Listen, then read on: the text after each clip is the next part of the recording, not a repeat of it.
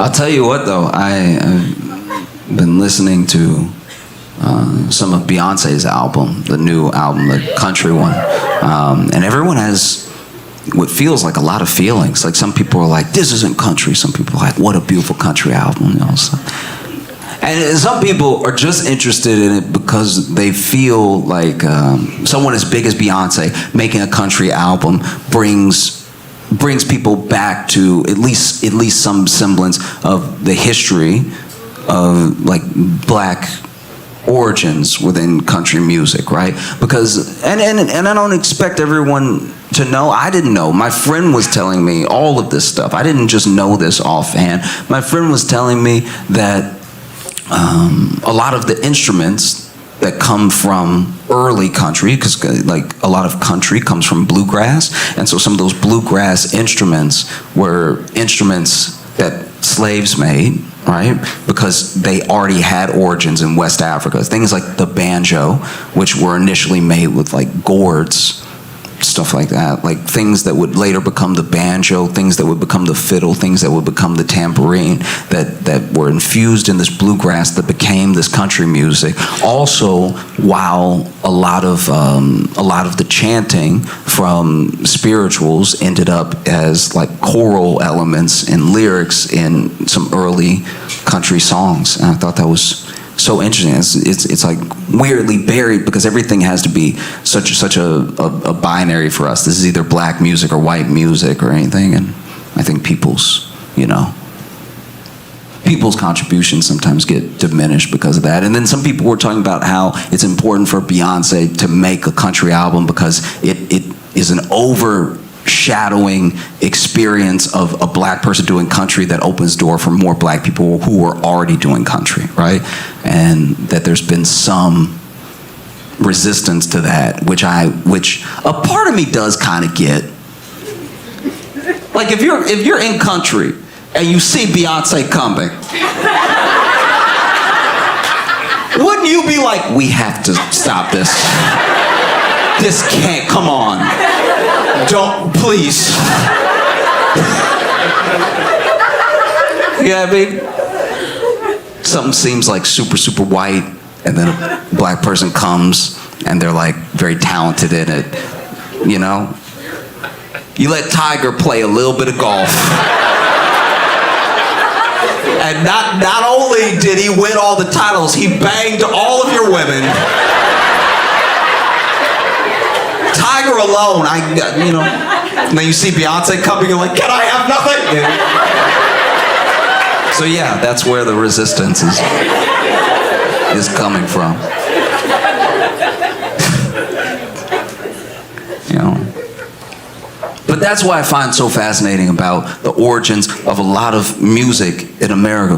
So much of that music comes originally in some aspect from slavery, whether it's like blues, country, you know, there are rock elements, there are jazz elements. It's amazing that this horrific thing, this really horrible thing, what the people that it happened to turned it into, is some of the most beautiful things that we have. I think that's incredible. I really do. I actually think about it a lot because I don't think that everyone would be able to do that. Like, what if the roles were reversed?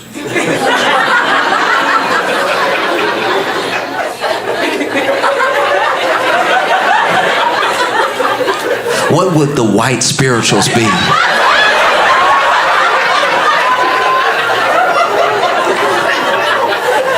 Because we can't take this lightly. We cannot take this lightly.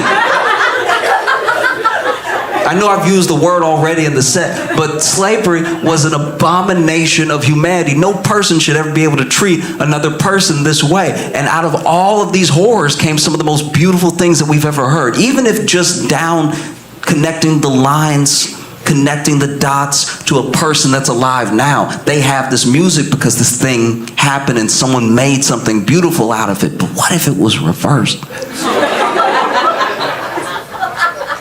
What if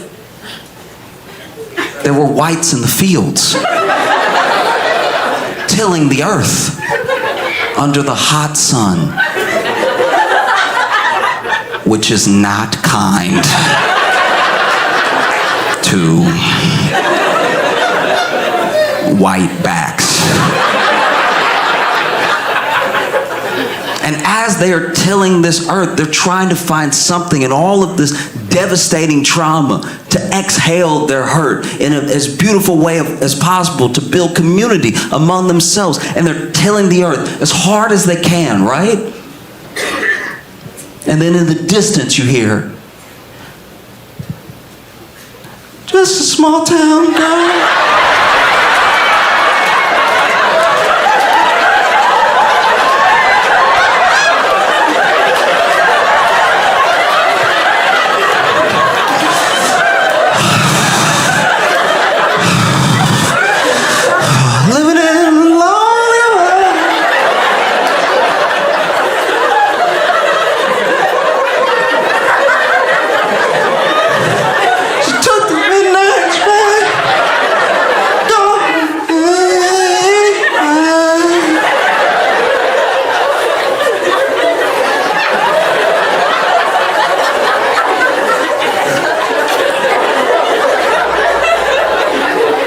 Slave Master Jamal comes out.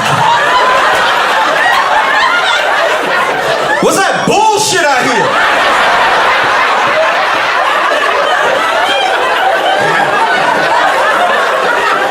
Yo, everybody get back to work, for real.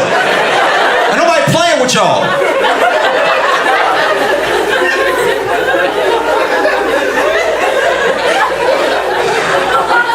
I think that one very, very important thing that we have to do as people, like as a country, to move forward is I think we have to genuinely decide who needs to be in jail. Do you know what I mean? Because this is my thing. We can all agree that you do need jail. Like, we've all met someone that was like, this feels like jail behavior. I don't want to risk running into this in traffic. I need you out over here, right? So we all have an understanding of the purpose of jail, but we don't seem to agree on everything that someone should go to jail for. But there are some baseline things that we all agree someone should go to jail for. But then people do those things and then they don't go to jail. And then people do other things. Things that we say are very bad. Things that we say you should go to jail for. And then they go to jail. And then we do change the law while they're in jail. Like, I think about everybody who, was in jail for weed possession in states where weed is currently legal. They went to jail, and I understand that they broke the law, but they went to jail. And then we decided, as people, because it's something that had to be voted on, that, no, this thing shouldn't be illegal. And then they're sitting in jail like, so...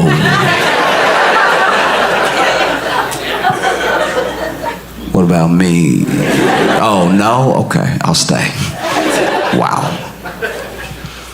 Like, I had a friend who went to jail for, weed possession, right? And he did have a lot. He had quite a bit on him. He had, I'll call it an entrepreneurial amount.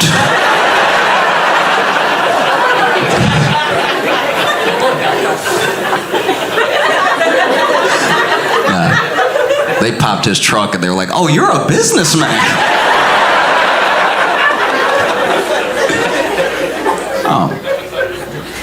And he went to jail, and he said one of the craziest experiences was that when he got out and his friend came pick him up and they were driving away from the jail, one of the closest things built near the jail was a dispensary. And so he's like, maybe they're hiring.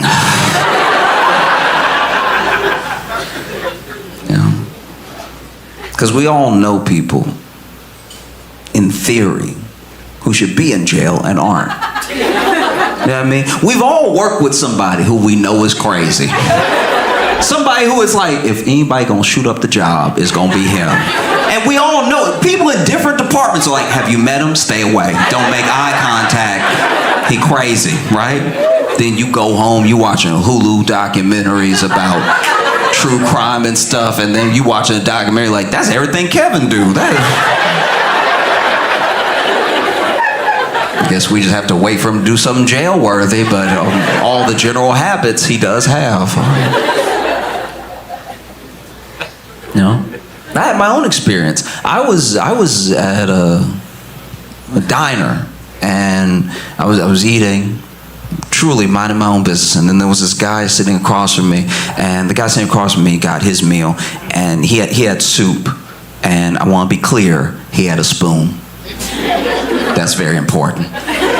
Everything I say next is unnecessary because he had soup and he had a spoon, all right? Everything required, soup and a spoon, he had it. God gave him everything he needed in this situation, a soup and a spoon to go with the soup. And rather than using the spoon like any normal, maybe tax-paying citizen, this man grabbed 2 forks, shoved them together, dipped them in the soup, lifted it up slightly, and was slurping it while maintaining eye contact with me. And as he did, I was like, lock his ass up. If he doing this, he doing something else. It was crazy as hell. When I was a kid, our class had a bully, and I'm just gonna call him John, right? And John, he bullied everybody in like a very run-of-the-mill way. Like this was very standard bullying, like slap the books out your hand. What's that? You know, it was blow, right? And I think one of the reasons we let him get away with it wasn't just because he was a little bit bigger than all of us, but his voice changed first. And it changed so young, we didn't know what to do with that. Like, we didn't know that was coming for the rest of us. So then John would just walk up like, give me your homework. And I'd be like, that sounds like the devil. So, because I'm not equipped with holy water today, you gonna get this math homework. And there was another kid in our class, Reeve. And Reeve... I'm not going to say he didn't have any friends, but Reeve had friends for like 20 minutes at a time because Reeve was one of the singular most annoying people I'd ever met in my entire life. It was almost to the level of a skill or a talent. It was absolutely insane. As an example, right? Reeve loved anime. And that's fine. I love anime too.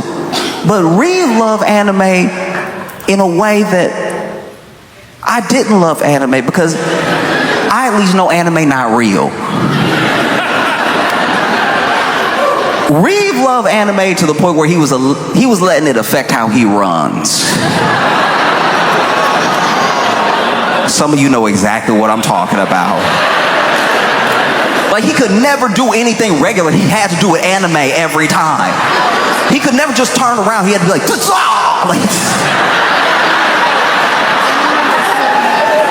you ask Reeve a question, he doesn't know the answer. He can't just think about it. He has to go, It's like, as a fellow anime lover, I'm like, dog, chill. You making us look bad. Stop. Please. Oh, it was insane. And one day, we were at lunch, and Reeve was trying to make his carton of milk explode, right? You know, with his powers. And so he holding his hand over the carton of milk, not touching it, holding it over.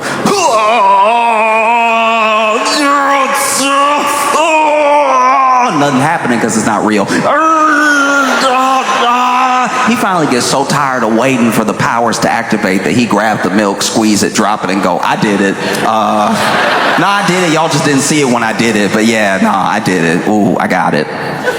Now, when he picked it up and he crushed it, milk went everywhere. And a lot of milk just spurted out and landed all over John. And John stood up, turned around, walked up to Reeve, towering over him, and was like, You got milk on me. We gonna fight later. And never before in my young life had I been so excited for violence. Because as word spread, people were taking sides. They were like, no, John gonna kill Reeve. And we're like, no, Reeve weird. I bet you he gonna scratch him to death. Like, he has that X factor. We might be able to get rid of both of them at the same time. And so after school, we gathered around in a little circle in front of the two of them. They're about to fight, right? And John is like lumbering back and forth. And we knew John was strong, but he also, he moved slow. And he was moving slow pre-fight. He was just stalking back and forth like Mike Tyson in the early 90s, just like ready to do something terrible, right? And then on the other side of this imagined ring, Reeve is using his pre-fight time to power up.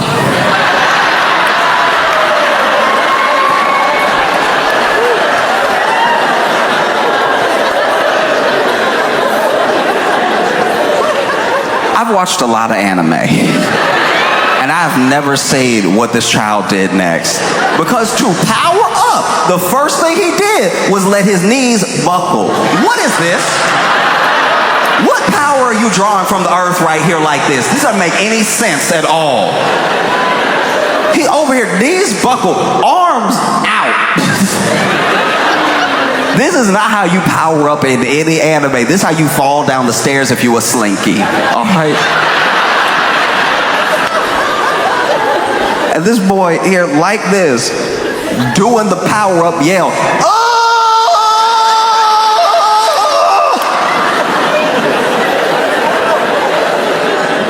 And then the fight starts, and the fight starts with Reeve attacking John, right? Coming right at him, but he coming at him in the power-up stance. So he over, oh!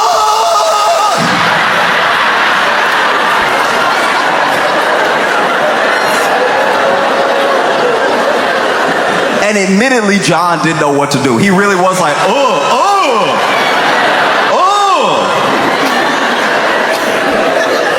And so they start fighting, and kind of what we thought was going to happen happens. John is big, he's strong, but he telegraphs all his punches, and he's slow.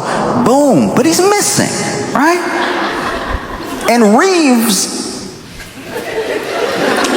attacks.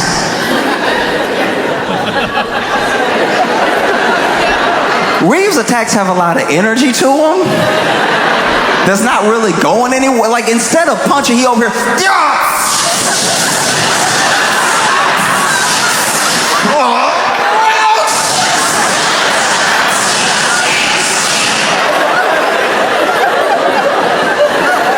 And so he's fast enough getting out of John's way, but he's not doing any damage. And so John over here punching air, and Reeve over here throwing air. So it's not really a fight. But I really was gathered around all those people, shoulder to shoulder, watching two of them go at it like fight. First time in my life. Fight. So when I think about Elon and Trump, right? It's like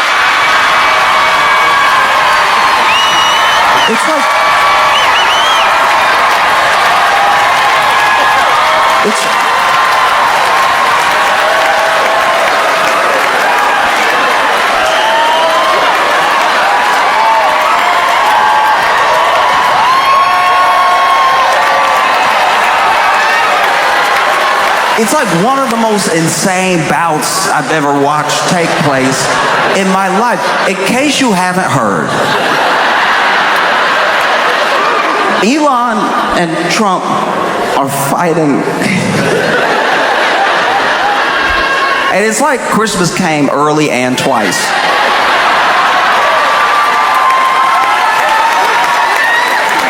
Like, the only person calling for peace is Kanye West. That's crazy.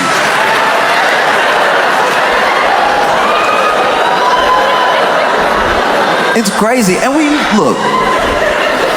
knew that this thing was bound to happen, you know? Because you have to think of who Elon is as a person and who Trump is as a person, right? And it's wild because one, richest man in the world, one, most powerful man in the world and everything, but they had a shaky alliance from the start because I don't think we gave Trump in the moment enough credit for how nice he was being to Elon. He was very nice to Elon. You know? Because Elon, weird.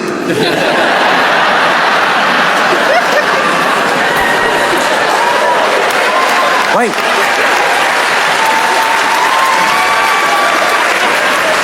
Elon weird, and Trump didn't say anything about it the entire time, acting like he didn't see it. Like that's not who he is as a person. Trump is a natural bully. Like that's what he does, you know? And he was very nice to Elon by omission. I'm not just talking about what he said, because Trump is always using superlatives if he likes you. If he likes you, you're the best, smartest, most amazing that's ever done it, right? That's how he speaks. But he was nice to Elon by what he didn't say. Because you gotta remember, Donald Trump is the same man who roasted the supreme leader of North Korea to his face. I don't know if y'all remember, it was like 2018 or something, and Kim Jong-un and him met up to have dinner and like talks and stuff like that, and there was a photographer there taking pictures of both of them before they sat down for the dinner, and Trump turned to the photographer and was like, "You making us all look nice and handsome and thin?"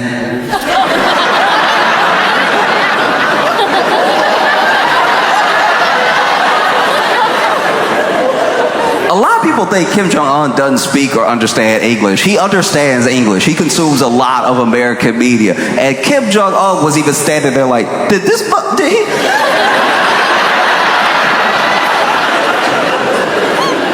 He know I kill people, right? Like,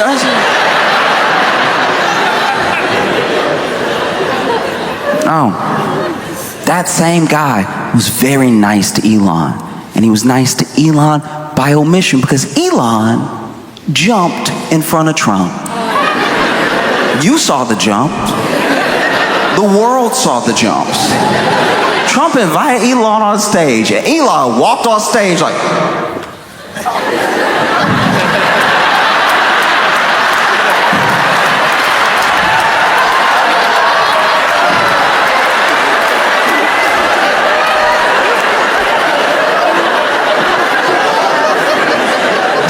showed bottom belly in front of Donald Trump.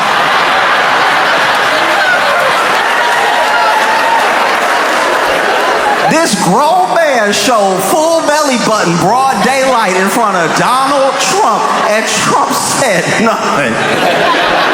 Acted like he didn't see it. Just let that dude start talking right after. That was wild. You know, Elon jumped because he was excited. And he was excited because what was about to happen had never happened before. Never before. Right? Obviously, Elon, richest man in the world, and as long as there's been money infused in politics, the wealthy have had a ton of influence. That's nothing new. What was about to happen was unprecedented. This rich man was about to actually get to go in the government himself. No back channels, no liaisons. He was going to go in the government himself. He was going to end every investigation into him and his companies. He was going to fire everyone investigating. He was very excited. And I guess he was more excited than any president we've ever had, because all of our presidents have kept their feet on the ground the entire time. There's no old footage of Kennedy like, it doesn't exist. There's no portrait of Thomas Jefferson like, no, get the one where he was getting air. That was... This man jumped in front of Donald Trump. Trump said nothing. Elon laughed in front of Trump. As someone who has traveled the world and continues to travel the world making people laugh, I've heard all types of laughs. And believe me when I tell you, Elon laughed like he throwing up. Watch any interview Elon does where he makes a joke, because only he will get it, and then he starts laughing, and he's just sitting there like, you know, it's because comedy is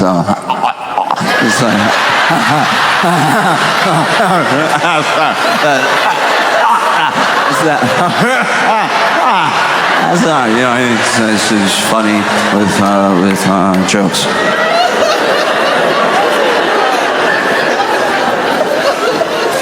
This man laughed in front of Donald Trump. Trump said nothing. Elon danced in front of Donald Trump. Elon danced like... Elon danced like he gotta look at each body part first to give it permission to move. Like,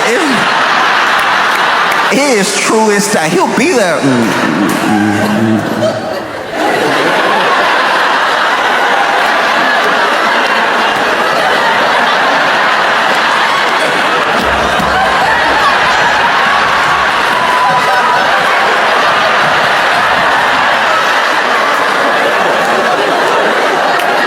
In front of Donald Trump.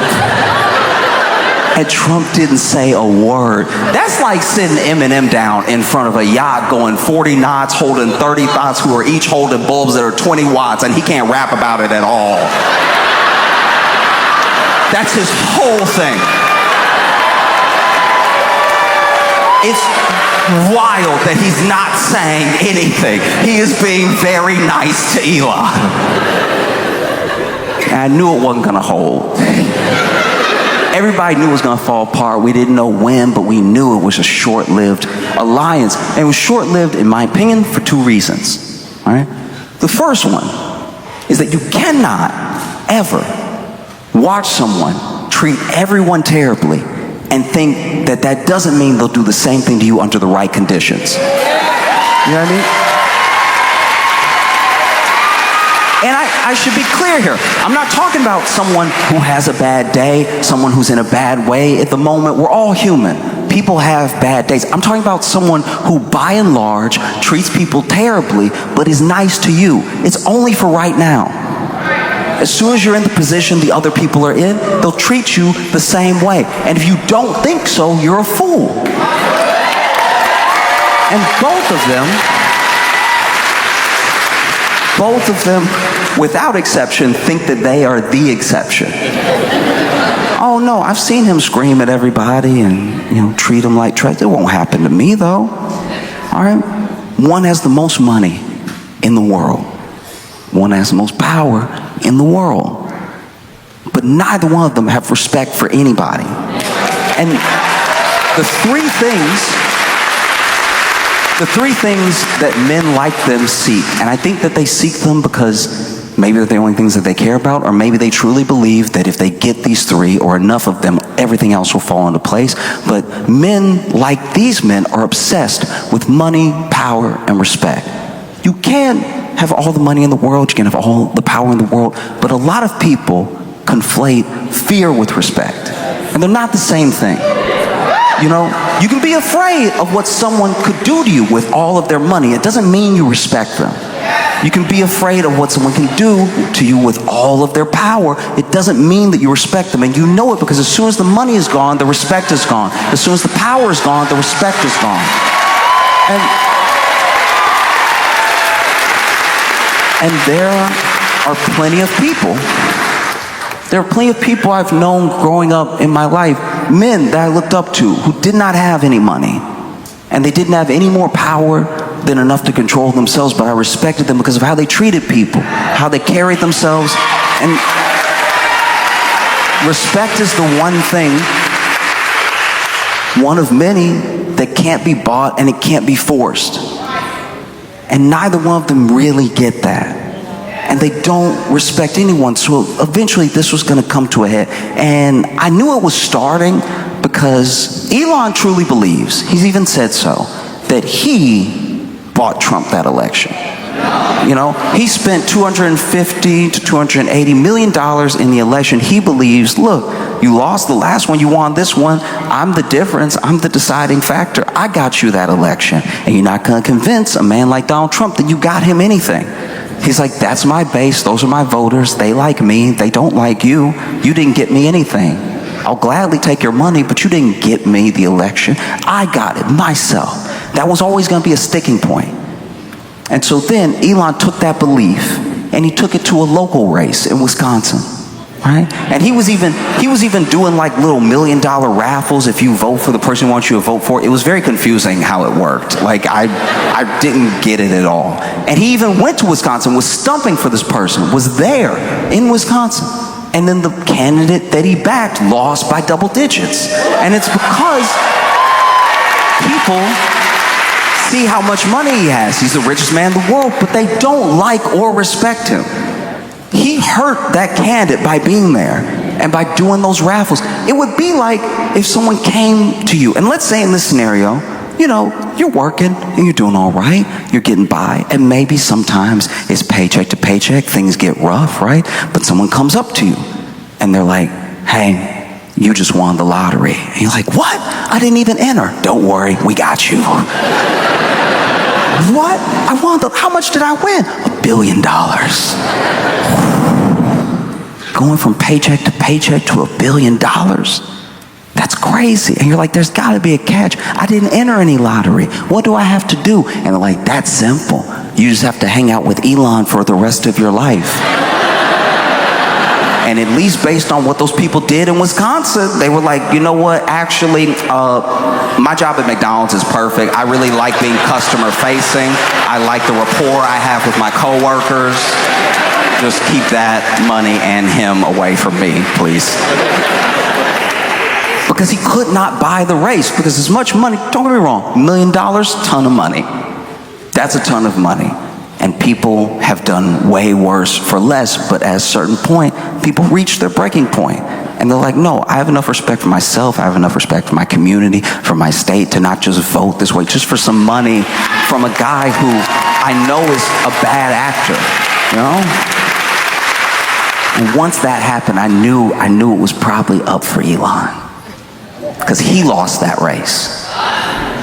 He hurt that candidate by going there. And if there's one thing Donald Trump hates, is a loser.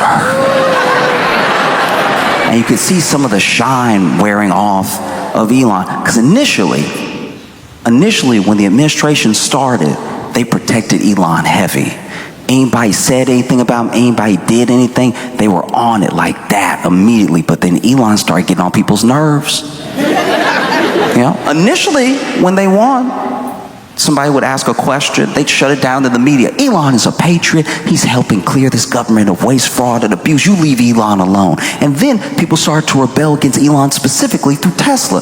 Tesla's stock started plummeting. People stopped buying Teslas. And then people started vandalizing Teslas. They started blowing up Teslas. And then Pam Bondi came on the news and was like, if you vandalize a Tesla, we will find you. We will prosecute you. They were helping Elon a lot. Trump even turned the front of the White House into like a dealership for a day. And he had Elon there, right? They were doing their best to help Elon. But then, as you saw the months go by, they started mentioning him less. You started seeing them together less. You could tell this thing was waning. And then, how I know that they had stopped protecting him, his 130 days was up as the Doge, like, daddy or whatever. Like, I don't know what this job is. Like, depending on who you ask on what day, he's like an advisor, but he's the leader, but he's not involved. It's like, it's all very weird, but he can only do it for 130 days because as America, we only have like 3 laws left, and one of them is that you can't be in a made-up position for more than 130 days. And so it was like time. And so it was time for him to go, right? And it being time for him to go, he asked Trump if he could stay. And Trump was like,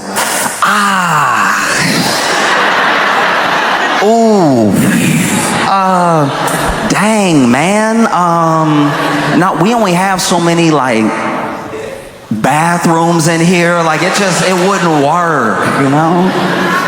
I imagine Trump had the reaction that you would have if the worst person you know asked if they could live with you for a little while. Just like, oh dang, my place just flooded just now. That's right when you asked me too. That's crazy. I know we're not there, but I can feel with my bed underwater. Like it's just a thing I have. So you should probably find somewhere for both of us to stay, because I need somewhere to stay too. Find a place for both of us to stay and you just stay there. That would be great.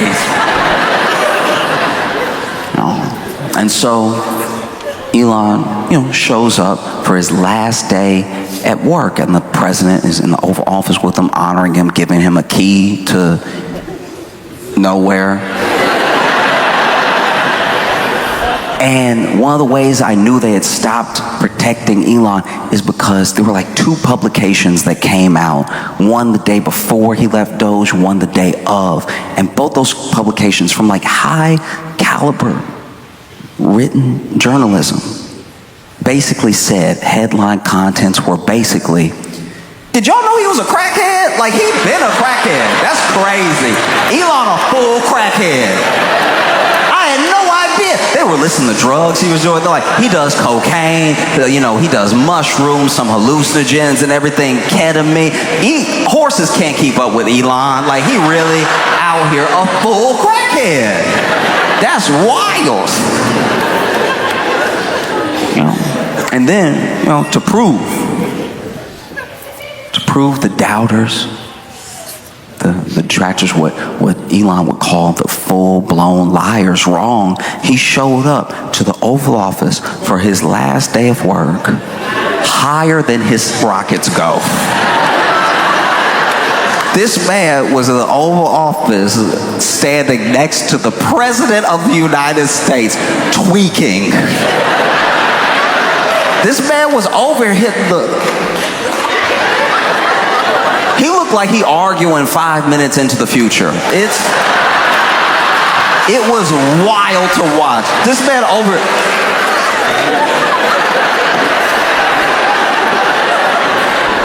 could not stop moving. At one point, you have to watch the video, but the only way I could describe it is he felt like a slow Michael Jackson, right? He was just over here like,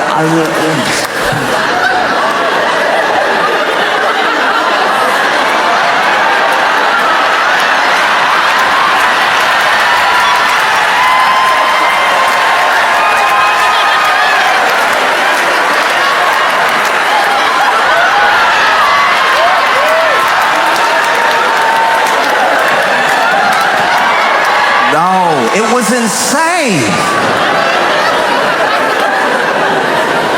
This man next to the president cracking out, and Trump said nothing.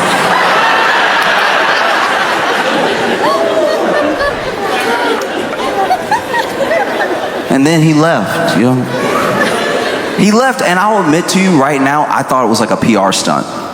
I really did. I thought that he was leaving, and then he'd just keep running Doge in the background, and this would take some of the heat off of him. Now you wouldn't think of him so directly. People wouldn't attack his businesses so hard, because in the time that he entered politics to present, he's lost somewhere around like $100 billion or something like that. And it's all like a valuation thing. It goes up and down, but you could see that at least the boards of the businesses that he was on are genuinely worried, even if he doesn't care. So I thought he was going to leave politics for a little while, keep working in the shadows. Maybe the stock would go up a little bit, but nothing would really change. And it turns out that was not the case.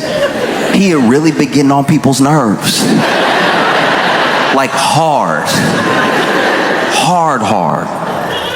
And you saw it with Trump. They used to always, be talking about Elon, mention him, to not mentioning him at all. And then the people that Elon had to deal with, it wasn't really Trump as much as the actual cabinet, and they couldn't stand that dude.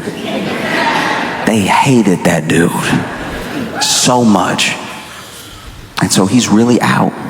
And you hear reports, now this stuff is all hearsay, I don't know if any of it is true, but apparently he was having shouting matches with Marco Rubio all the time. All of these cabinet people that Trump got in, Elon has had a spat with most of them, right? Scott Bessent, apparently him and Elon almost got in an actual fight. Scott Bessent doesn't look like he can fight. if you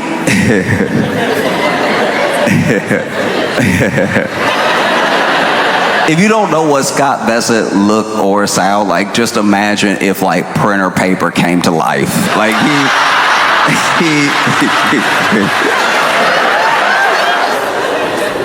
and Elon was truly out.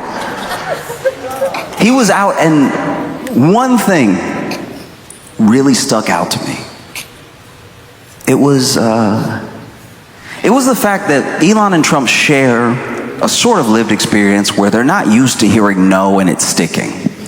You know, no is usually an inconvenience to a yes for them. They usually get their way. And so for Elon to be told no, and then he was actually sidelined, and then things that he wanted to happen weren't happening. You know, he wanted some dude that he recommended to be the head of NASA. Trump said no.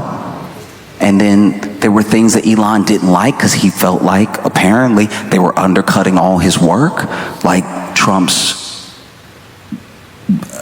big, beautiful bill it's named the Big Beautiful Bill because imagination. And Elon has hated that thing, I guess, for a while. You know, just the idea of it. It's almost universally despised. Democrats obviously hate it, and Republicans also hate it, but for different reasons. They don't care that it's like gutting, you know, programs and whole agencies and that we're all gonna die. They don't like it because it raises the deficit anywhere from $3 to $5 trillion, right? And so it takes about 4 or 5 days. And then Elon tweets. He's like, I can't stand it anymore. I cannot stand it anymore. This bill is a disgusting abomination. And everybody in the House that voted for it, you know you did wrong. Right? And Trump said nothing. I was like, did he find God or something? Like what is happening? This is not the dude we know. He attacks those who attack him. And he's finally asked about it. He's asked about it in a press conference, and they tell him exactly what Elon said. He's like, you know, I'm really disappointed with Elon. He knew the bill. He knew it better than some of the people that voted on it. You know, he knew this bill, and he knew it was going to be cutting, you know, his electric vehicle credits like that. Maybe that's what he's upset about. I have no idea. But in case you don't remember, I was very nice to him. That dude showed up with a black eye. I didn't say anything. Because he did. Elon showed up for his last day of work, high and with a black eye that Trump just fully let go. He didn't point at it, didn't motion to it, nothing.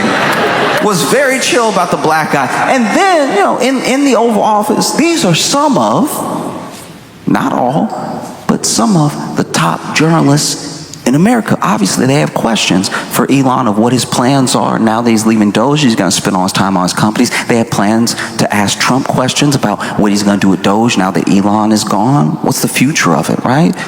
But these top journalists, the first question that I at least saw them ask was, what's wrong with your eye? Like that's...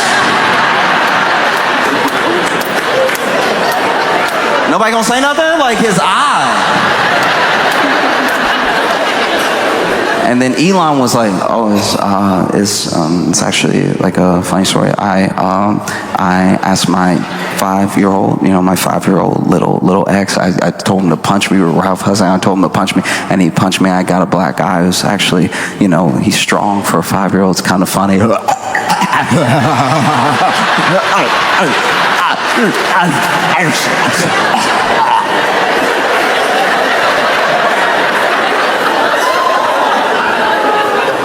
Elon said he had a black eye because his 5-year-old punched him. That's a crackhead story if I ever heard one. That is a full crackhead lie. You must have the most synthetic skin known to man if this 5-year-old is out here dodging and giving black eyes. Oh. And so Trump was like, look, maybe we'll go on to have a great relationship. Maybe we won't, because that's the thing. People come in here with us, they like being here, and then when it's time to go, they either embrace it or they lose their minds. You can tell who broke up with who by how people move after a breakup. You know what I mean? Because while Trump is talking, Elon is tweeting. He's tweeting, and it's a lot. This dude goes all the way back to Trump's old tweets from like 2013, 2015, where he's like, I can't believe what they're doing with the spending bill. This is such irresponsible spending. If you have this much of a deficit, you won't have a country. And he's going back and showing all these old tweets, and he's quote tweeting them like wise words.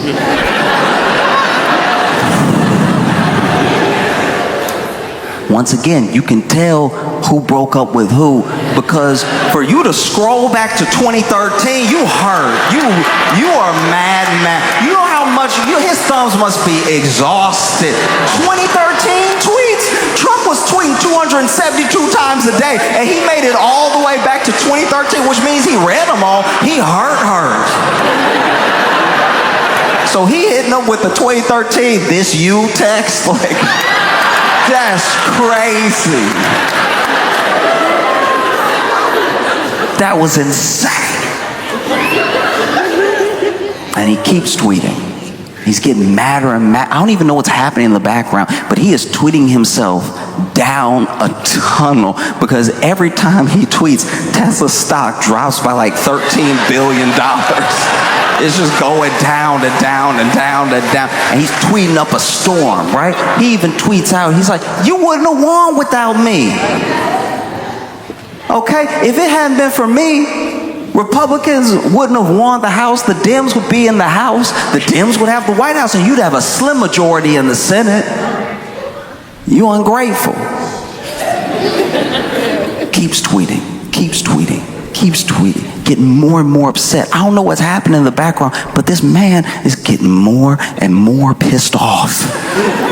He even tweets, every single one of you Republican senators who votes for this bill will be voted out next term, all right? I will put money behind it, okay? He over here, honestly, Eli over here talking like he won the people or something. Like, I was like, what is happening right now? What do you mean, we, dog? Like, make me uncomfortable. But he says it, and then he said, oh, he's getting madder and madder and madder. And then he tweets out threatening Republicans specifically. He's like, look, here's the deal. Trump's going to be the president for 3.5 more years. I'm going to be around for 40. That must have sent chills down your spine if you were a Republican senator, any Congress. Trump is going to be president for 3.5 more years. I'll be around for 40. You could hear the threat in it when you read it. Trump is going to be president 3.5 more years. I will be around for 40. And I was sitting in my room like, not on crack. Like, not on crack. Like, that's not, you must not know what crack is. Like, that's not nutritious at all. The crack is not good for you. You should not have crack. Be around for 40. All right.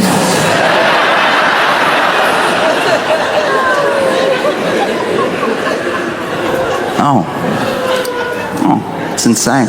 And then Trump finally tweets. He's had enough, and you can tell he's had enough because we know the type of man Trump is. We know the type of figure he is, the type of president he is. He's had enough of this, and he's been holding back. He's been very nice to Elon. I'm sure in his head he was like, I've been very, very nice to this dude. Elon acts and moves like he snuck into a body.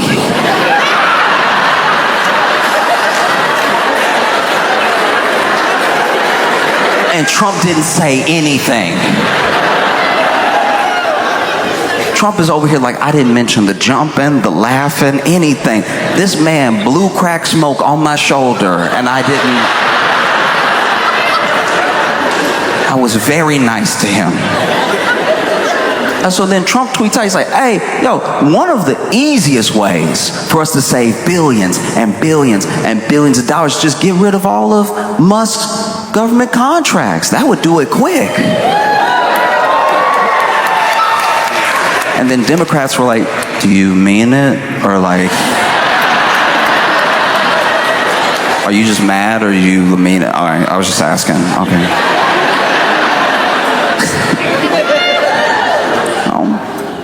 And then Elon tweets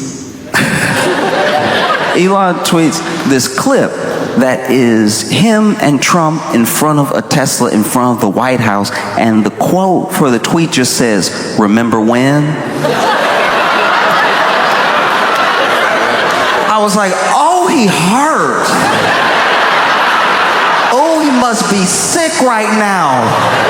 I've been broken up with most of my life, but I've never hit somebody with a "remember when." So crazy. Remember when? And then Musk tweets again. He's like, hey, since Trump wants to threaten my government contracts, how about SpaceX just goes ahead and disassembles Dragon whatever ship right now? And that would be all well and good, except there are 4 astronauts in the International Space Station right now that are probably floating like, what did we do? Like, that's... I'm not in this at all.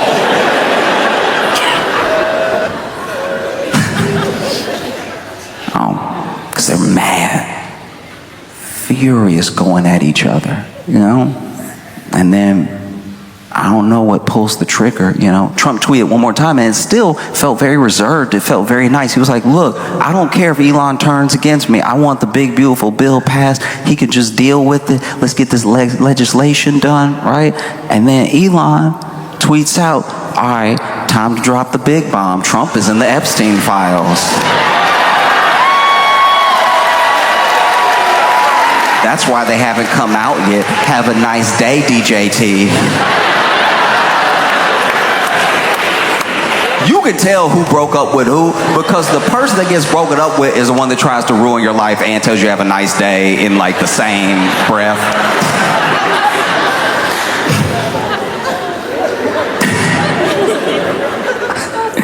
Oh, that's crazy. That's gonna be a hard one to dig yourself out of, because Epstein is like the burying ground. It is the conspiracy 101. Right? So many people had podcasts, had hours of content going over Epstein, talking about who might be involved, who's in the Epstein files, who's in the Epstein log, his little black book, all that stuff, going over and over and over it, getting people really feverish over it. And then some of those same people, because of who they are and because who they're connected to, they get in office. They get into government office through Trump, right? That was a mistake, because even the hardcore conspiracy theorists knew. When Elon tweeted that out, Trump is in the Epstein files. That's why they haven't come out yet.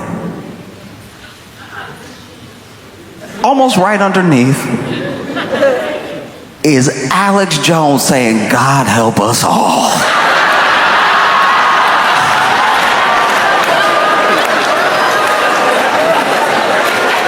Elon done got Alex Jones press. Because where do you go from here truly, you know? Where do you go? Because those same people who were talking about, oh, if they just let me in a room full of files, I'd find the Epstein files in 5 minutes. Just let me in the room. And now you're in the FBI. And so when people ask you, what's up? And you're like, actually, it's nothing. Like, don't worry about it. Nothing happened. Just go back to what you were doing. It's not. That does not sound real. I'm not saying anything else is even going on. I'm saying what you have stoked makes it impossible to stomp out. There will never be enough information coming out. There will never be enough stuff uncovered. There'll never be enough files released. You know, they tried initially. They tried. They were like, hey, we're releasing the Epstein file. They even made it like, you know, like a Fox News event. Epstein files coming out 9 p.m. tonight, right? And when they released it to a lot of these like blue check conspiracy theorists, Twitter influence. I don't even know what it's called, but they released it to them, and those people were on fire. Those people were pissed because when they actually opened it and they read it, because they meant it. These are true believers, by the way. These aren't people that are like part of the grift. They're reading it and they realize that everything in these things has already been released already. There's no new information in these things. In fact, they did such a bad job of trying to make it look real that they redacted stuff that was already public. And that was, for that conspiracy theory group, very weird. That was very, very weird. You know? And so that was already strike one. And now Elon's saying this, that's strike two. Because it's not like that's new information. We knew that Trump was involved with Epstein. There's literally video of them partying together and stuff like that, like on MSNBC from 1992. Like, that's not news or anything. But when you're a conspiracy theorist and nothing is enough, nothing is enough. You know? And so then in the background, people are trying to chill this thing out. There are White House aides, there's Elon's assistants trying to get these two to mediate, not make it any worse than it is right now. You know? And as of the time I'm talking, there's a lot of stuff that Elon's taken down, like tweets that he took down. And even Trump is trying to be very nice to Elon. They asked him his first interview since all this happened. And he's like, look, I don't know. I'm just trying to run the country. I wish him well and everything. I don't know anything about his drug habit and him being a full-on crackhead. That's not any of my business, right? So publicly, he's putting on a very good face. He's trying to be very professional, very presidential. And apparently, rumor has it, privately, he is calling everybody he knows, like, you know he a crackhead, right? Like, no, he blew the smoke right on my back. I had to get my suit cleaned. And look, I'm not saying that this is the end of either of them. I don't know if they'll reconcile. I don't think that's even possible. I just know it's the first time that I'm standing shoulder to shoulder with a bunch of people, watching two people go at it like, fight. Yo, Detroit, y'all been amazing. Thank you so much. I'm very happy to be here and not at home in New York where I live, because I don't know if you heard, but New York City had an earthquake today, which, you know, would be terrifying if it wasn't already New York City. There's so much happening in New York all the time. It's fun to think about where everybody was during that earthquake, you know? There's a lot of crime in New York. Somebody was getting robbed during that earthquake. Somebody was in the middle of like, give me everything. Don't move! No. Some people were in their apartment shakes. Buildings are so old and decrepit, they're like, I knew it was going to collapse one day. I was just hoping I'd be at work when it did, but it's an odd thing, you know? Maybe somebody is visiting New York. They just got there, very excited. And you know that annoying type of, oh Lord, okay. Not talking about you.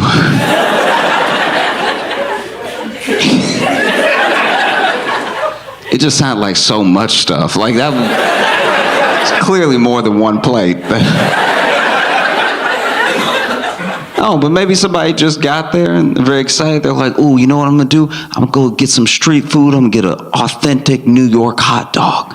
This is gonna be amazing. And then earthquake hits, and then they are covered in hot dog water. It'd honestly be the most New York experience they could have. Another thing, I think enough time has passed that I can talk about it without it being awkward. Like, one of the weirdest things to me about 2020 in general was, you know how there's bunker people? There are people that save up a bunch of money to build a bunker in different types. Some people build a bunker underground. Some people have a different location they're going to go to if things hit the fan and everything. Some people have like a whole site that they've built and stuff. And we've always, for years, for decades, made fun of them, right? It's something that started in the Cold War because they were so sure that the Russians were going to bomb us that they started to make bunkers, and it was a normal thing. Then, as those sort of fears started to disappear a little bit, it became less common. But then there were some people who were still like, guys, something's wrong. Some bad things could happen. So they made bunkers, but then they started making it with, their personal wealth and everything. And we made fun of them all the time, And then 2020 hits, global pandemic that affects everyone in every country. And almost all the bunker people were like, that shit ain't real.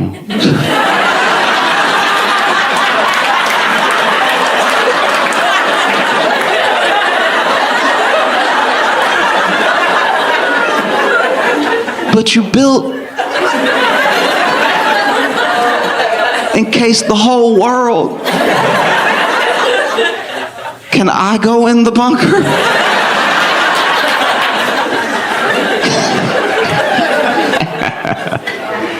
Oh, man.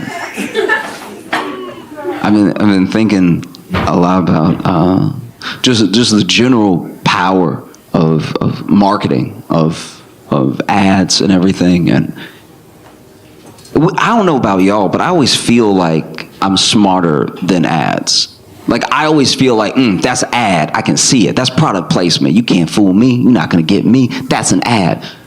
And I always feel like I'm better than advertising, like I'm above it all. But I do have a bunch of stuff that I don't use, that I don't really remember why I got it.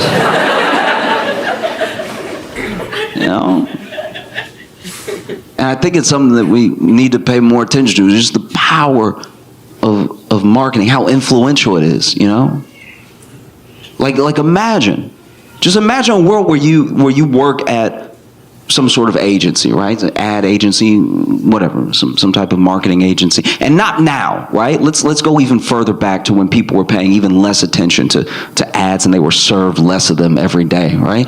Let's say 70s, 80s maybe, and you're working at this agency. And you go in one day to work, just any regular day. And let's say you're like co-VP or something like that. You're high up there, right? And then you get into the building and everybody crying. You don't know why. People are walking out with those, those cardboard boxes specifically for when you're fired. Everybody got like shaking, walking about, running out and everything, and you're like, what happened? And no one's even answering you. As you pass by people, you're like, what happened? They're like, no! And then you get to your office, maybe you share an office with somebody, and so you look at your partner and you're like, hey, what's everybody so upset about? What happened? Right? And then he's devastated. He's like, oh, it's horrible. One of our biggest accounts, top accounts, right? One of our top accounts, Kool-Aid, that some cult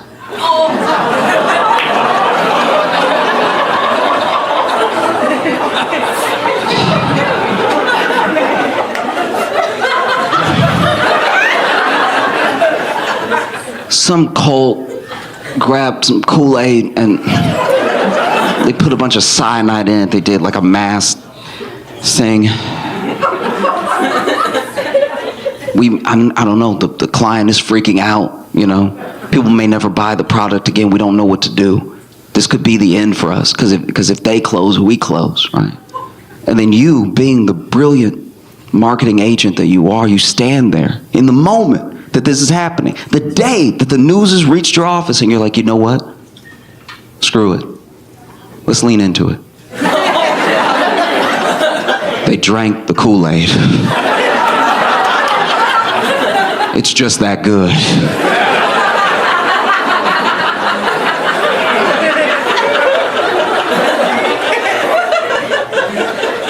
You think about it.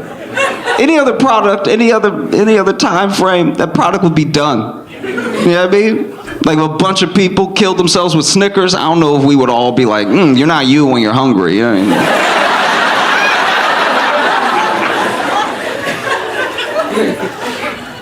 That's the power to this day. Even after a tragedy like that, to this day, people be at the barbecue like, pass me some of that red. That's some good stuff, you know?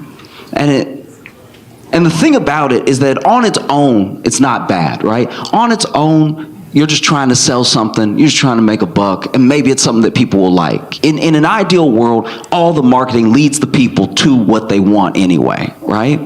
But it doesn't always work that way, because we found that the easiest way to make money is to make people feel like they don't have something, to make them feel less. So then if I'm less, maybe this thing will make me more and it'll make me enough, right? Because if we never feel like we're enough, then we always need a little something else, right? And that's how they make money. If you were always content all the time, no one would be able to sell anything to you, you know? And so on its face, it's not bad what they're doing. But when they're all doing it at the same time, and it's most of what you see, when it's ads all the time being like, you're not this, you could be this, you could be better, right? It just starts to make you feel terrible. It starts to make you feel like you don't matter at all. And I hope one takeaway that you have from the show, not just laughing, I hope that you walk away from the show feeling like you matter as a person, right? Because you do. It's very important that you feel like you matter, that you have influence, because you do, right? A world where you think you don't matter terrifies me, because it means that all of the little pieces, all the interactions that you're supposed to be having with other people are going to be missed out on because you think you don't matter, right? Like we all sometimes feel like a little cog, like a little bolt just in a big piece of machinery, right? Because the bigger picture is bigger than all of us. But you are so important. Even if you feel like you're that little bolt, you're very important. It's not the same without you. I hope you understand that. You're as important as every bolt on the door of a Boeing plane.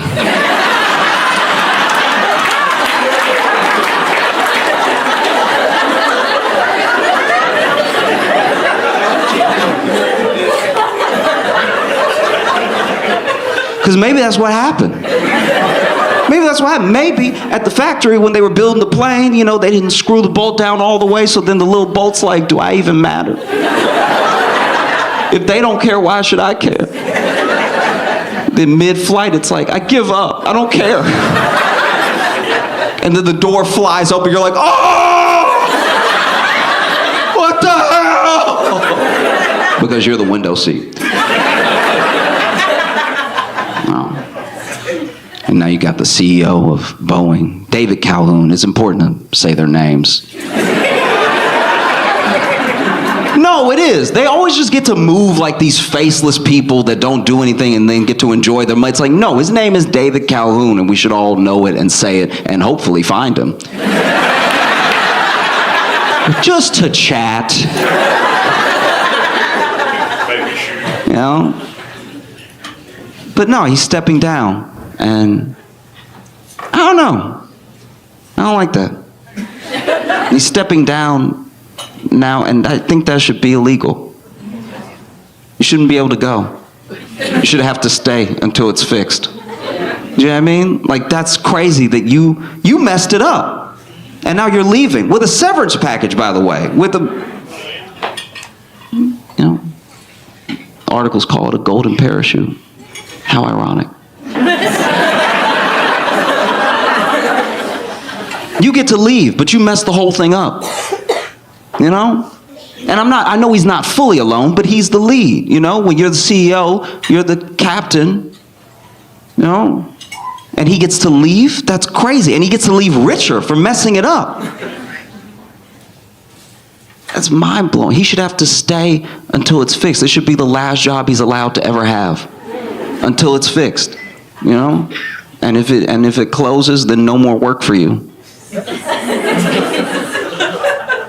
And by no more work, I don't mean you get to go off and enjoy. I mean, you will not make another dollar for the rest of your life. You need some stakes to be in the game, you know? Because I had a friend actually take up for the process. I had a friend be like, but Josh, now that he's stepping down, someone good could step in, someone that cares, someone that could fix the thing. And I'm like, are you brand new? Like, what in what world is that going to happen? That's so crazy. I told him the same thing I'm going to tell you now. Imagine you're on a flight, right? Middle row, middle seat. You're not having a good life. And you're on this flight, and during the flight, you feel this incredible turbulence. And I'm not talking about those air pockets where you drop a little bit. I'm talking about you're hearing noises you've never heard before. It's like terrifying stuff, all happening at one time. And it's not just like a little bump, bump, bump. You're swinging, you're slamming into things and everything. Those air masks drop down. You know, the ones that definitely don't work. I hate that part of the demonstration so much, by the way. They always put the thing on and everything, and then they're like, the mask may not inflate, but oxygen is still flowing. It's like, that sounds like something you'd say to a dead person. That's one of the craziest things I've ever heard. The mask may not inflate at all, but I promise it's still working, because you won't be able to tell anyone it didn't. Mind blow. No, I swear. You know, but let's say that's happening. You're in it. They're screaming, people crying, people praying, people tearing up and everything. And in the midst of all this turbulence, the cockpit door swings open. And the captain walks out. And the captain doesn't walk out to say, hey, everybody, we have it under control. Please don't panic, right? Captain doesn't come out there to say, look, the PA system broke. I just want to tell you myself, we're all going to make it. We're all going to be okay. I'm going to make sure we make a safe landing, right? The cockpit swings open and the captain comes out to say, I've decided to resign from my position as your captain. It's been an honor, but I can no longer uphold the standard of this plane, and so I will be leaving. Wearing a parachute, by the way. He's wearing a parachute while he's talking to you. He's wearing a parachute while he's talking to you, because I'll be fine. I'll be fine. I know I messed everything up, but I'll be okay, okay? And then he jumps out of the already open door. No, shouldn't be allowed. I reflected a lot, and I came up with a lot of New Year's resolutions this year. I don't normally do it. I almost never do New Year's resolutions, but this year I had kind of a bunch, because it just so happened I was really thinking about myself and life when the time came. And the problem with New Year's resolutions, the reason that they're so hard to keep, is that a year is a year long. If you could make a New Year's resolution and really only had to do it for like 3 weeks, you'd knock it out of the park. But there's something about the fifth Monday where you're like, again? No.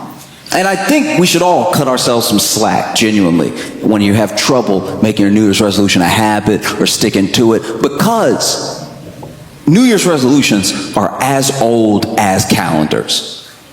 So as long as we've been keeping track, we've been trying to be better and failing. It's very human. And our New Year's resolutions, by and large, are things that we're going to do or stop doing to stop hurting ourselves. If you read through history and you go back to the New Year's resolutions of whole civilizations, right? The Babylonians, the Romans, these people would have ceremonies, and usually a lot of what they did, a lot of their New Year's resolutions, was to appease their gods or the tribe at large. It wasn't just about them. And all of our New Year's resolutions, for the most part, are things we're going to stop doing or start doing to stop hurting ourselves. They had New Year's resolutions to stop hurting other people. You read back in history, there were just New Year's resolutions of whole tribes that were like, this year, y'all, we not gonna pillage. We were doing too much last year. We were pillaging over here, pillaging over here. Not everything needed to be pillaged. We need to start focusing on us, all right? Even probably had a tribe leader that came up with a slogan, "We not gon' pillage, we gon' be a village."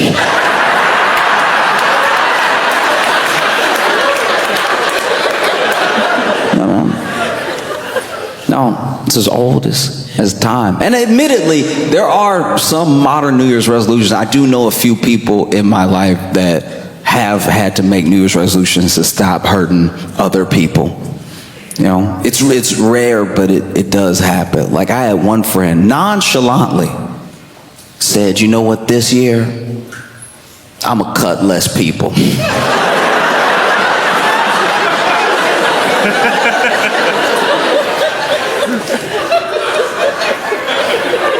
First of all, I didn't know she was cutting anybody. Second, your New Year's resolution is day one. Your New Year's resolution is to cut less. You didn't say none. None was an option. The year hasn't happened yet. You haven't even met who will be worth cutting, and you're still like, I might maybe give them a pass. Said, I'm gonna cut less people, and I was like, what do you mean cut less people? They were like, oh, you know how it is. I hate being asked or told if or that I know how something is when I clearly have no idea how it is. Oh, you know how it is. You go out and somebody press you, and next thing you know, you holding the blade on you. It's like, what life do you think I'm leading? What life are you leading? When are you doing this?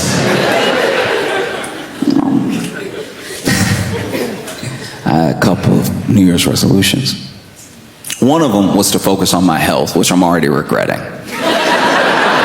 Genuinely, because this is my thing. When you try to focus on your health in the beginning of the year, you really think you're going to do it. And that's why I'm making a New Year's resolution. If you tell me what I'm doing wrong, if you tell me what's wrong with me, in like September, I'm probably gonna be like, then I'll die. Sorry. I like doing that. But if we're starting a new year and you're like, don't do that, I'll be like, okay, I'll try, right?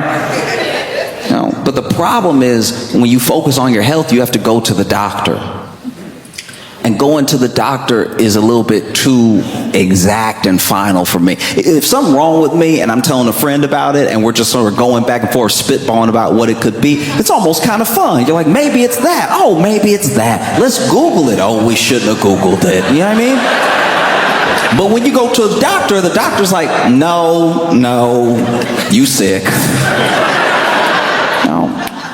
And basically, I had to go to the doctor pretty early because, it's embarrassing to admit, but I feel like if I'm open, if I'm vulnerable about it, then it'll hopefully remove some of the stigma. Okay, I had to go to the doctor because too many, I would even say most of my farts were whistling.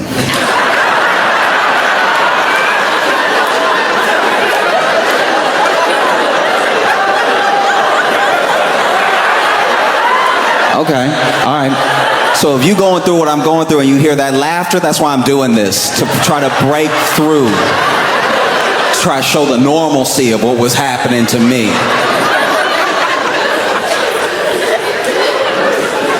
So basically, when I would fart, I don't even fart all the time, but every once in a while, you know, one goes, and it was just having at the tail end, very tail end, it was having just a little like to it. I didn't know where it was coming from. I didn't know why it was happening, but I was hearing it. And I'm not like a musician in that way. I don't know a lot of music theory, but it did seem like a bit of a D sharp to it. Like it had a little bit of that fire alarm, a little bit of that at the very end, right? And so one day I was walking and I don't even remember the food that I had, but it hit me in the wrong way. And so I sounded like a piccolo. I was walking and my steps were just a little fluty. And I don't know about y'all, but sometimes I walk and listen to music. So I'll have my big old headphones on. They're noise canceling, so I can really enjoy the music and everything. And I knew I had a problem because the cut through the it was so high of a pitch, it must have got under the noise canceler. And so I was just walking, and I don't know, once again, about you, but when I'm wearing my headphones, I'm listening to music, and I'm walking, it feels like I can fart however loud I want, because I can't hear it, so then it must not be that bad. I know that's not actually how sound works, but it's just kind of what goes through my head while I'm doing it. And I was walking, I just heard a sort of like, do you remember? And I was like, uh-oh, I should probably talk to somebody. And so I did. I went to the doctor, and when I got to the doctor, I had a bit of an issue, because I even tried to use as many big words as I could to describe what was happening, to lessen the blow of what I had to say. So I was like, my flatulence is having some orchestral notes to it. And the doctor was like, what? And I'm like, don't do that. One of the main reasons I hate going to the doctor is because if you're a doctor, and especially if you're older than me and you're a doctor, I'm assuming you've been a doctor for a while, right? And if you've been a doctor for a while, then I'm assuming you've seen a lot of stuff. But somehow when I go to the doctor and I tell them my problem, they've never heard of it before. You got all these encyclopedias in here with all these diagrams of people's bodies and stuff, but then I tell you what I'm having happen, you're like, what? And then I just made it simple. I was like, look, my farts are whistling. He was like, what? And I was like, that's worse. What happened to bedside manner? And so, he fixed it.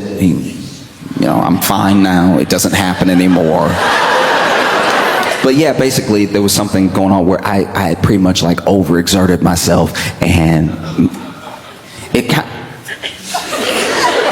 he explained it better, but I guess my organs were kind of like a Tom and Jerry configuration, and it was just making me whistle at the very end, and then it went back to normal. My second New Year's resolution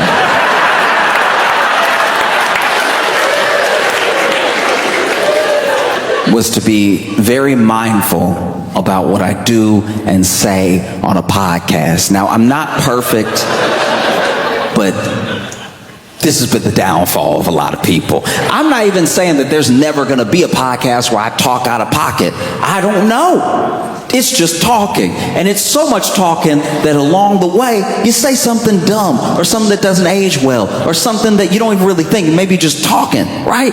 You get anybody to talk for hours and hours and hours, and eventually they'll say something pretty dumb. So I'm trying to be mindful about what I do and say on a podcast, because when podcasts started, before there was a ton of money in it, it was just one of two things. It was either people who had such a great rapport with each other that listening to them felt like listening with them, like being there with them and just having a party with your friends, and it was an interesting conversation that you felt like you were a part of, right? Or there was a very interesting person, an incredibly interesting person, and then someone had them on their podcast who was a good interviewer. And through giving a good interview, they pulled all of these interesting and beautiful things out of this very interesting person and then gave it to you. And so you either got some sort of education from it or you got some sort of community from it, right? And now, podcasts, I think we made too many microphones.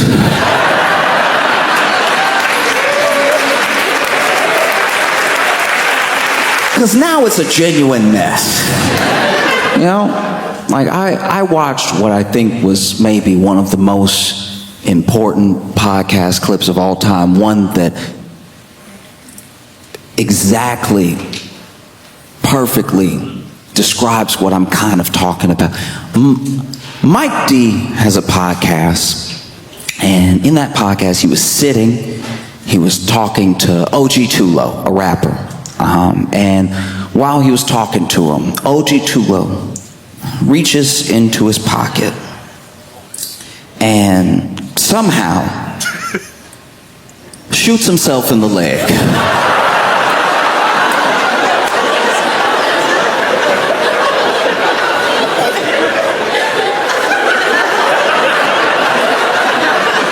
I'm encouraging everyone to watch this clip because because it's truly one of the most important moments in podcasting ever. I had so many questions when I saw this man shoot himself in the leg. First of all, what gun is little enough? But also, what pocket is big enough? Because you can't see a gun. He's literally got his hand in his pocket, which means there's a gun and his hand in his pocket. How deep are these pockets? They're like optical illusions. This man reaches into his pocket, and I want to be clear here, okay?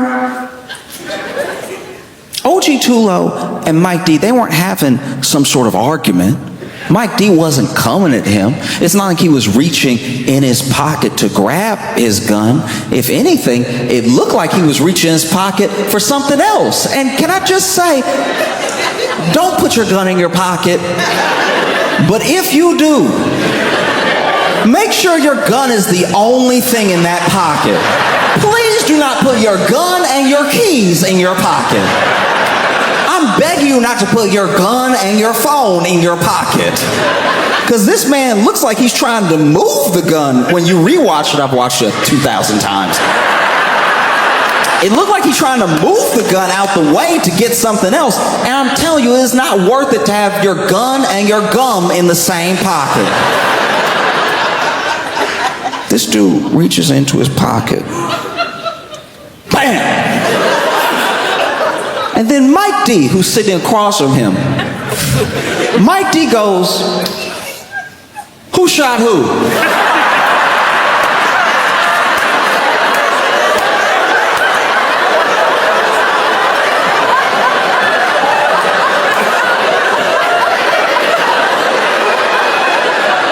They're facing each other. He turns to the cameras out there where the people are, who I guess are producing the podcast. And he turns to them and goes, "Who shot who?" Somebody got shot? Sir, how often are people shooting each other at your studio for the first question to be, "Who shot who?" He didn't say who shot who as in like, oh no, a gun went off. He turned as if to say, y'all, we are trying to do something.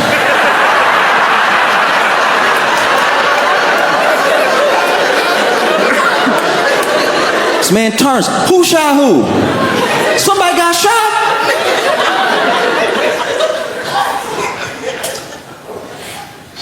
When you look for the clip, OG2, now that's O, letter O, G, letter G, we're capital letters, the number 2, like an email, OG2 low, right? OG2 low is fascinating to me because there are a lot of rappers who their name is not, it's not true to who they are as a person, right? But to his credit, OG Tulo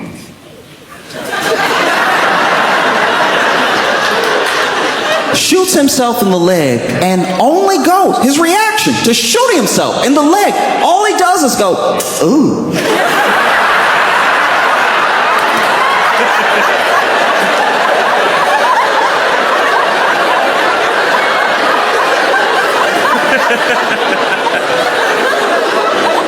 This man doesn't cry, he doesn't freak out, he just makes the face you make when you drop a casserole, just, ooh. You know the face you make when you get caught coming home after curfew, you in the dark, you think you made it, then the lights come on and you're like, ooh. He makes the face you make when there's like two people arguing out in the world and you don't know either one, but then one of them is like, that's why I took your man, ooh. This man simply goes, ooh. And then a person behind the camera calls out and goes, Lo, you good?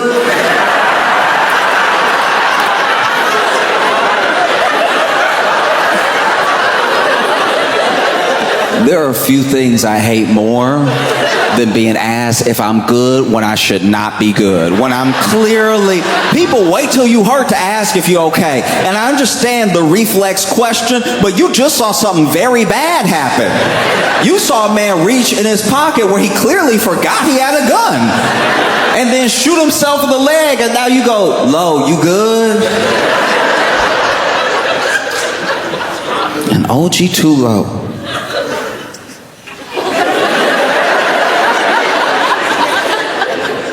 Simply says, I think.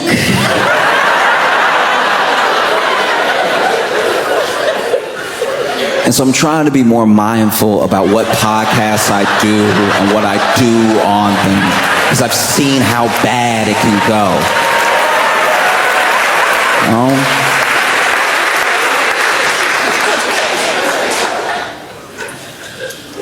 Another thing, another New Year's resolution I had was to take better pictures of my male friends. Okay? As men, we gotta start taking better pictures. This is rough.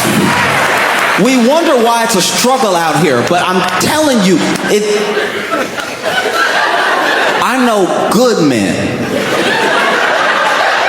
Not just decent men, I'm talking about good, wholesome men. Father figures in father material, marriage material men who are out here taking pictures forehead first.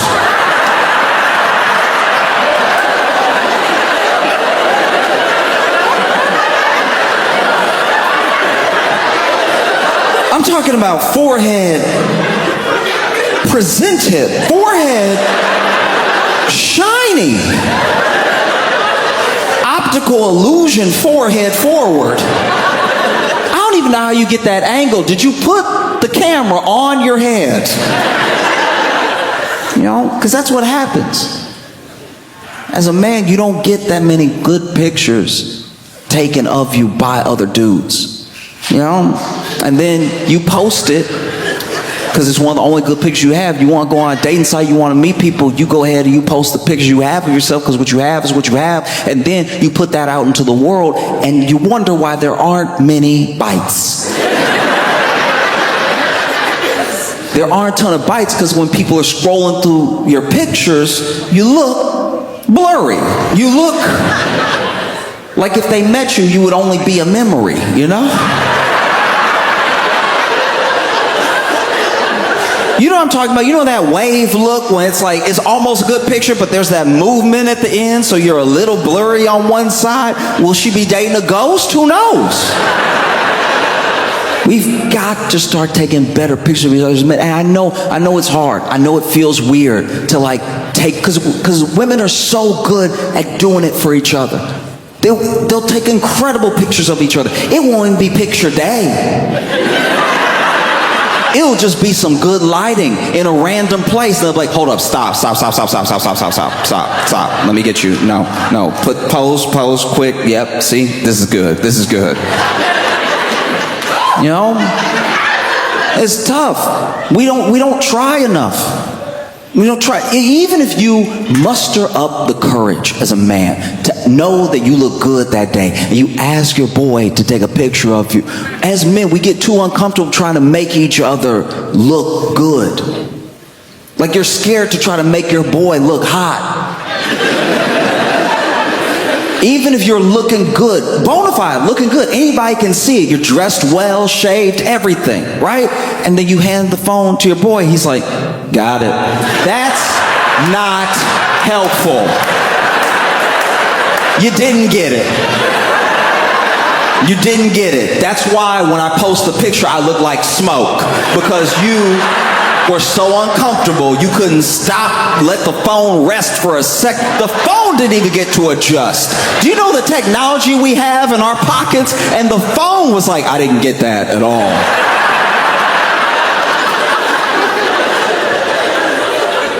Women will do anything to take a good picture of their friend, especially when the friendship is mixed. Like when you're out with your male, female friends, and you're just walking, going to a restaurant, whatever, and then there's a moment where it's like, hey, this is good lighting, stop, let me take a picture of you. I've seen work put in. because they love their friend. The things I've seen, it's not just one of these, one of these. I've seen women get angles for each other. Angles that had never occurred to me to get. The way that I've seen women work their knees backwards.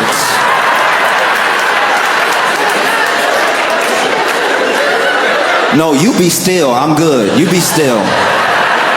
That's it right there. That's it. That's it. That's it. No, men take such bad pictures of ourselves and have such bad pictures of us taken. I'm pretty sure that's why nobody looks for us when we go missing. Be honest right now. If there is a man that goes missing, if they even put his picture on the local news,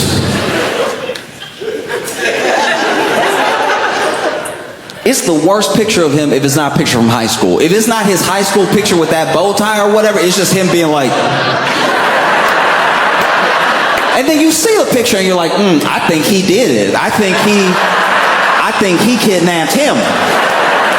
That's what happened. I solved it. We don't need to look. We don't need to look. That's why when you put a woman's picture on the national news, it's any picture. It's just a picture of her that's recent. And people are like, find her! Because it's a good picture.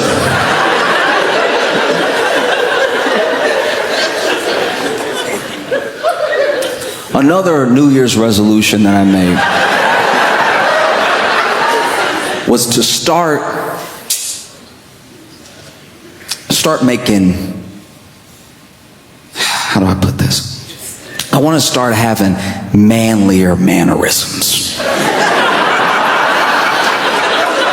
The entire time I've been alive, I've just been moving the way I move because it's what feels natural to me in the moment, but I'm seeing every once in a while there'll be someone that comes into my life that shows me that actually, maybe not this way.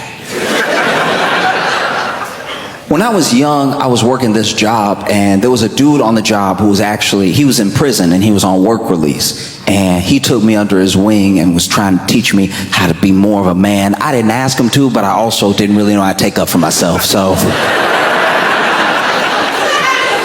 I would do little things and he would try to correct those things for me, right? And I remember one time I walked in the room and it was pretty stinky. And because it was stinky, I tried to waft, in front of my face, like waft, like you would when it stinks. You're like, ooh, it's stinky, right? You know what I mean? Like, you've done this. Don't act like it was stinky, right? But the way I did it, my hands were too fluid when I was... Because it was stinky, but I felt like this was more efficient to get it out of my face. I was like whipping it out of the way, right?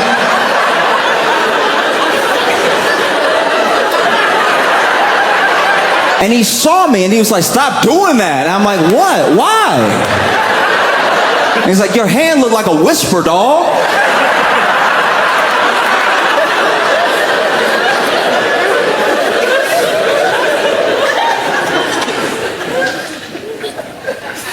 One time he tried to, dap me up, but he had big hands. And so when he did it, I'm not gonna lie, it hurt.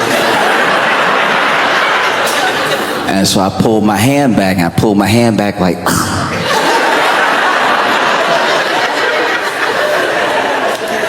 And he was like, don't do that. I'm like, what should I do then? He's like, I don't know, but not that. The worst one was, people talk about fight or flight, and people often don't talk about freeze, which is what I did in this particular situation. This dude had been on work release, right? And some dudes who he must have got into it with before he went to jail found out where he worked. They waited for him to take a smoke break and they tried to jump him. Now initially when they tried to jump him, they were just pressing him outside talking. I don't know if he owed them money. I don't know what the situation was. All I know is I'm walking out with the trash and then they swing on this dude, all right?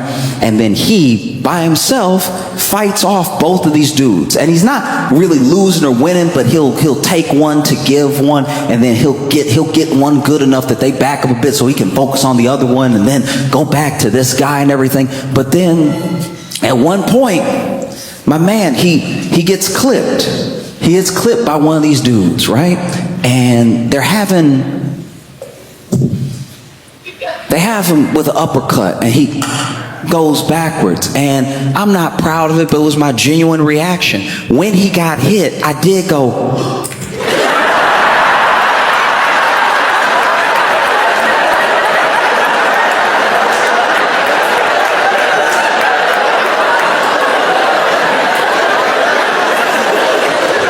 Because apparently I touch my cheeks when I gasp.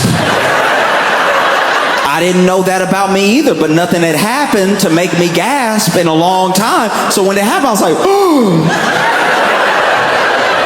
And people look at you different. When you do like a full Macaulay Culkin, when you hit them with the Macaulay, with the...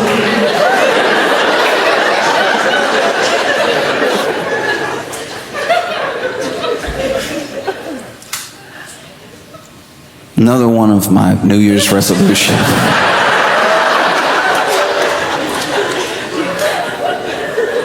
is to take a break from Facebook Marketplace.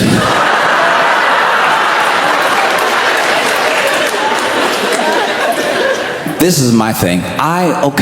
It's not even that I'm buying a lot, it's just everyone that I seem to buy off of on Facebook Marketplace is I'm never meeting them at a good point in their life.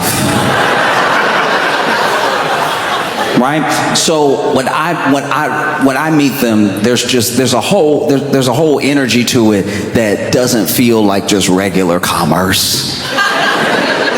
As an example, I went over one time, I needed a bed frame, so I went to purchase the bed frame. Facebook Marketplace, I show up, right? I've already paid, and I show up to pick up the bed frame, and it's not as if I came there to make a friend. I wasn't trying to sit down and have tea or something like that. I really was there to pick up the bed frame and be out. But the way I was being rushed the entire time was making this start to feel like some stolen goods. Do you know what I mean? I'm like, all right, so can I help you put it somewhere? Do you have a truck or do you have something? I was like, oh, okay, all right, calm down, right? And then while taking the bed frame, there's a piece missing. And so then they go to get this piece. And when they go to get the piece, there's a truck that pulls up. And then when they walk back out, they're like, oh no. And then this guy gets out of the truck and he's like, Amy, why? Why? And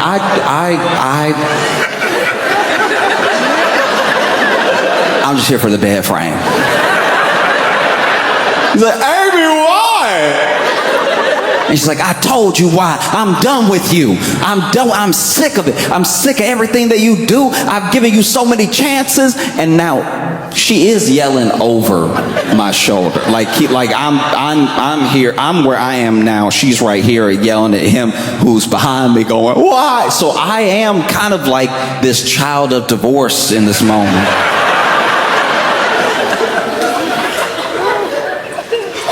He's like, why? I told you why. No, but why, Amy? Is it him?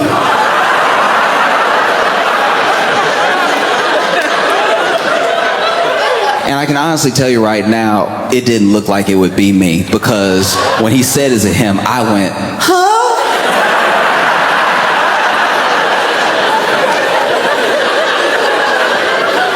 And then she went, what? No. She didn't have that.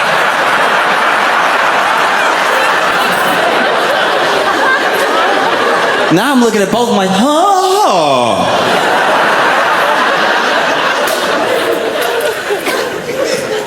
And they clearly had some stuff to work out, and I was very uncomfortable. I couldn't get the piece because she was still looking forward. He was crying, so I left the bed frame. Another time, there was another time where I was going to buy a teddy bear. I had someone that I was trying to get the teddy bear for because they like novelty teddy bears. I was trying to do something a little sweet and everything. And I go there to pick up the teddy bear, and not everybody posts the dimensions of the item that you're buying, but when I get there, the teddy bear, my size, right? So way bigger than I was expecting. The teddy bear is like a 5 foot something teddy bear, and this particular teddy bear, which was apparently like novelty because it was made like handmade and everything, from behind, the teddy bear had a lot of ass.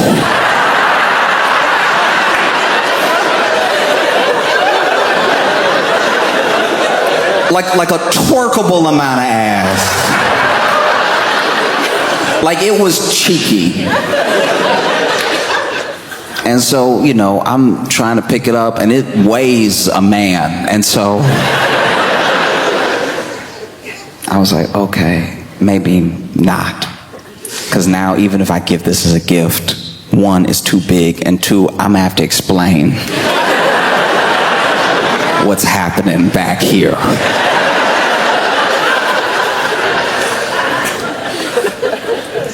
I went to buy a fridge one time, and I get there and I'm talking to this guy about the fridge, like where I should go get it, and he's looking at me confused. And he's standing right outside of the address that I was given, and he sounded all confused, and then he tells me he's there to buy a fridge. And then homeboy opens the door and basically invited us both to go ahead and haggle in person over the fridge. I was like, that's insane. We had a price. We had a price that we agreed on, and the other guy was like 55. And I was like, you're not helping our case at all. You're not a good negotiator. I went to buy a couch. This should have been plain and simple. You're moving, I need a couch, you need to get rid of a couch, we're done. I show up, even had the truck ready because I've known from before, you gotta have the getaway vehicle in tow. And sure enough, pull up, you know, we're carrying out the couch in pieces, cushions first, all stuff like that, trying to get the couch lifted up out the door and stuff. And this man who is selling the couch keeps trying to upsell me on dolls that he made himself. And you can tell. He made these like knockoff porcelain Cabbage Patch dolls already freaking looking to begin with. They already look at you, no matter where you are in the room, they got eyes on you.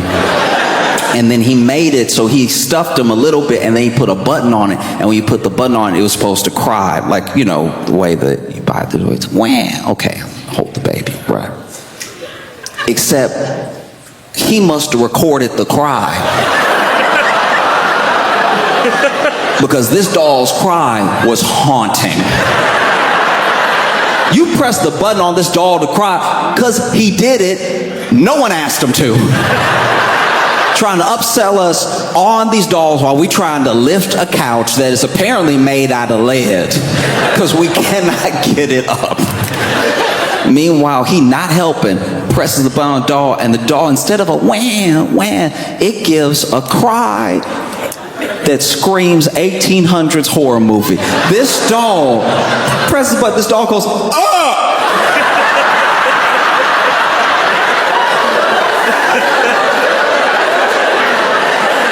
I'm doing that because he made so the mouth open.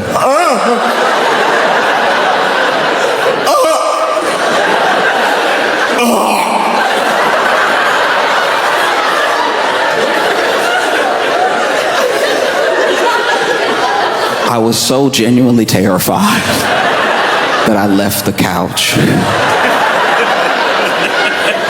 That's why I need to take a break from Facebook Marketplace, because I don't really leave with my items. I don't really...